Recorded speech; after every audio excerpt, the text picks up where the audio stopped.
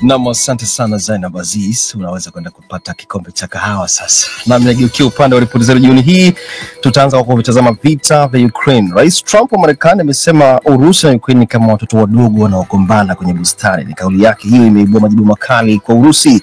Tutafika hadi Burundi ambapo umefanyika uchaguzi wa bunge na madiwani. Yapi yamejiri? Utayapata majibu hapa. Na utasikia pia kauli ya mchambuzi kuhusu mzozo unaovuma katika mitandao ya kijamii kati ya bilionea Elon Musk na rais wa Marekani Donald Trump. Kila mmoja kwa wakati wake anaona kwamba ana namna ya kuweza kumshinda mwenzake, na pengine ndio maana wamefanya jitihada sana wasaidizi wa Donald Trump kuhakikisha kwamba leo kutakuwa kuna mazungumzo ya simu baina ya hao wawili, kuona kwanza kama wanaweza waka cool down temperature hiyo, kwa sababu joto limepanda sana, hasara zimekuwa kubwa. Kwa hayo na mengine mengi, usiondoke. Naam, kumbuka tuko mubashara kwenye mitandao yetu ya kijamii kuanzia huko YouTube na Facebook. Tuko mubashara na unaweza kutuachia maoni yako kulingana na ripoti zetu, na nitasoma maoni yako kulingana na muda jinsi utakavyokuwa unapata nafasi hiyo. Na sasa tuanze uchambuzi wa ripoti zetu. Kremlin imesema vita vya Ukraine ni swala kuhusu uwepo wa taifa la Urusi baada ya rais wa Marekani Donald Trump kusema kwamba Urusi na Ukraine zinafanana na watoto wadogo wanaogombana kwenye bustani. Kauli hiyo ya Trump imeibua majibu makali kutoka Moscow wakati mashambulizi mapya makubwa ya anga yakitikisa tena miji ya Ukraine. Ili sesangana taarifa zaidi. Kwa msemaji wa Kremlin Dmitry Peskov, kauli ya Trump ni rahisi mno kulinganisha na hali halisi ya mgogoro huo. Peskov amesema kwa Urusi, vita hivyo si jambo la kisiasa tu, bali linaathiri moja kwa moja maslahi ya taifa hilo, usalama wa raia wake na mustakabali wa vizazi vijavyo. Aidha, amesema hatua ya kuendeleza operesheni maalum ya kijeshi ilichukuliwa baada ya juhudi zote za kidiplomasia kufeli, akilaumu mataifa ya magharibi kwa kukataa mapendekezo ya Urusi ya kutafuta suluhu ya amani. Bila shaka rais wa Marekani anaweza kuwa na mtazamo wake kuhusu yanayotokea, lakini kwetu huu ni mzozo wa kimaisha. Ni suala la maslahi ya taifa letu, usalama wetu, mustakabali wetu na watoto wetu.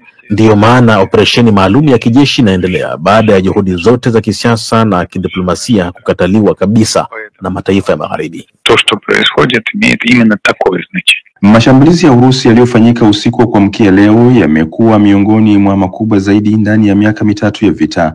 Ukraine imesema mashambulizi hayo yamehusisha ndege zisizo na rubani zaidi ya 400 na makombora zaidi ya 40 yakilenga miji 6.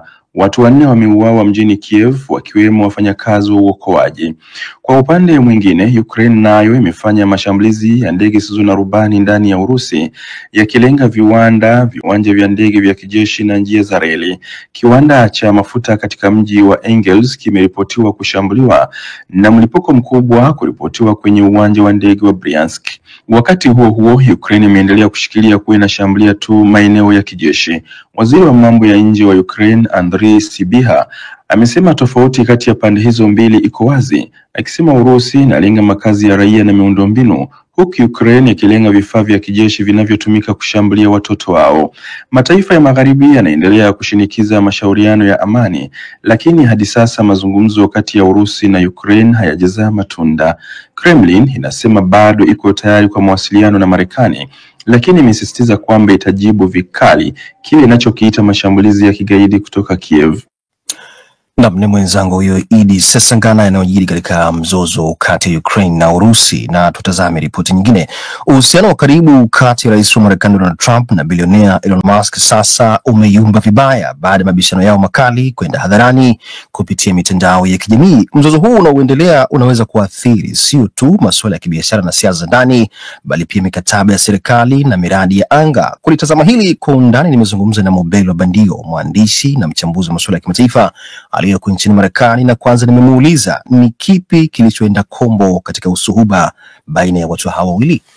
Kwanza tuzungumze kwamba Elon Musk kwa miaka mingi amekuwa ni mtu ambaye akizungumzia swala zima la kupunguza deni la taifa. Kwa hiyo hichi ni kitu ambacho tunafahamu kwamba wanasema ana passion nacho, kilinganisha na ambavyo imekuwa kwa Donald Trump. Donald Trump ameitumia kama sehemu ya kampeni. Lakini inaonekana changamoto kubwa imekuja kwenye kwanza namna ambavyo waliingia katika kujaribu kulifanikisha hili katika mkakati wao wa Doge, wakiahidi kuliko ambavyo angeweza kutimiza.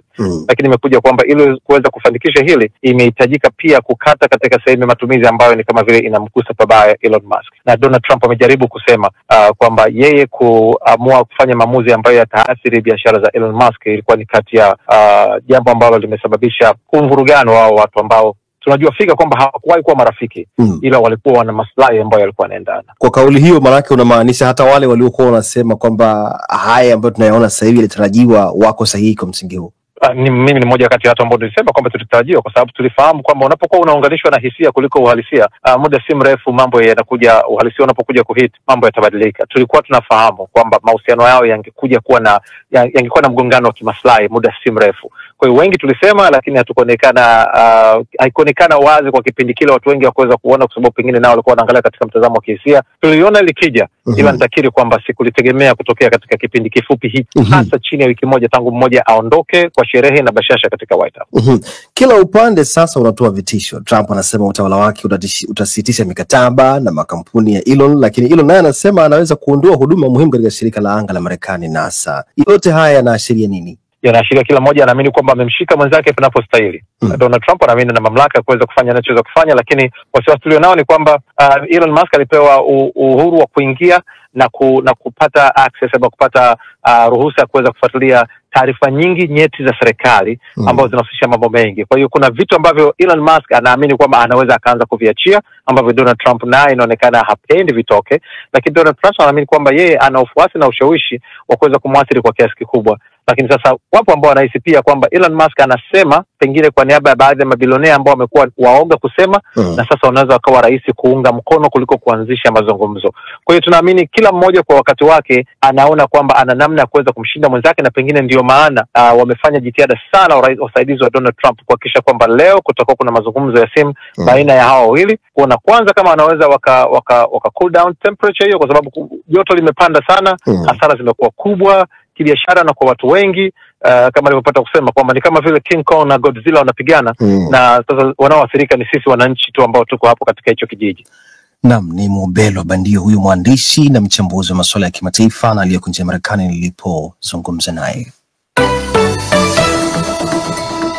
DW tunavuma kwa kishindo. Kama ndo kwanza unajiunga nasi, bado hujachelewa. Ni matangazo ya jioni ya idhaa ya Kiswahili ya DW Kiswahili mjini Bonn, na tuko mubashara kwenye mitandao yetu ya kijamii kuanzia huko YouTube na Facebook, andika DW Kiswahili na tuachie maoni yako huko, nitasoma muda usio kwa mrefu. Na sasa tunasonga mbele. Zoezi la ukusanyaji na kuhesabu kura baada ya uchaguzi wa bunge na madiwani uliofanyika jana Alhamisi nchini Burundi bado linaendelea. Msemaji wa tume ya uchaguzi nchini humo anasema matokeo ya muda yatatangazwa wiki ijayo mnamo tarehe 11 mwezi Juni. Amida Isa ametutumia ripoti ifuatayo kutoka nchini Burundi.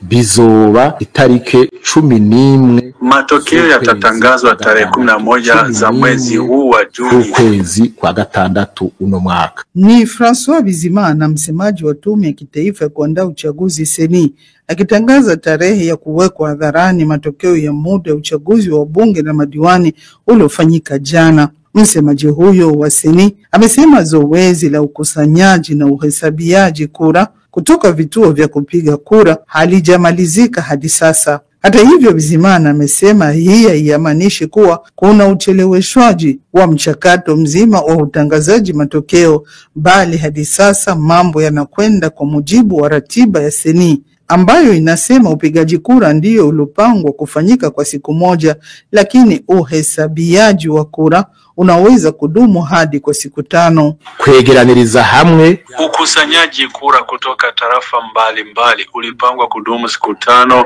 kulingana na kipengele cha 72 cha sheria ya uchaguzi. Ni katika hatua hiyo ndipo kila tume ya uchaguzi kimkoa inapoweza kufikisha kura hizo kwenye makao makuu ya seni ili kwa upande wake iweze kutangaza matokeo ya uchaguzi wa bunge. Vyifata kibanza ivyavuye mu matora ashinga amateka. Kuhusu uchaguzi wa madiwani uliofanyika sambamba na huo wa bunge, matokeo ya muda yatawekwa hadharani tarehe 10 mwezi huu wa Juni, siku moja kabla ya yale ya wabunge, amesema msemaji huyo wa seni, huku akiwaomba raia kuvuta subira, kwani hivyo ndivyo sheria ya uchaguzi inavyoagiza. Bwana Bizimana amewaomba pia waangalizi wa kitaifa na kimataifa pamoja na wawakilishi wa vyama na mashirika ya kiraia kuendelea na majukumu yao ili kusikuwepo na malalamiko kuwa kulikuwa na wizi wa kura.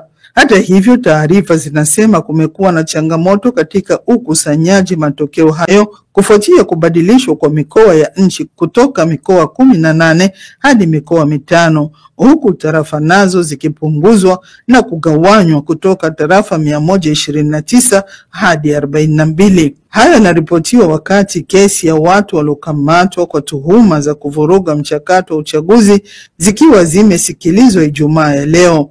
Mkoani Ngozi, mwendesha mashtaka ameiomba mahakama kumhukumu mtu mmoja na mke wake kifungo cha miaka 10 jela kwa tuhuma za wizi wa kura na kuchana kadi za baadhi ya wapiga kura. Kesi kama hizo zinatarajiwa kufanyika katika maeneo mengine kadhaa ya nchi. Hamida Isa, DW.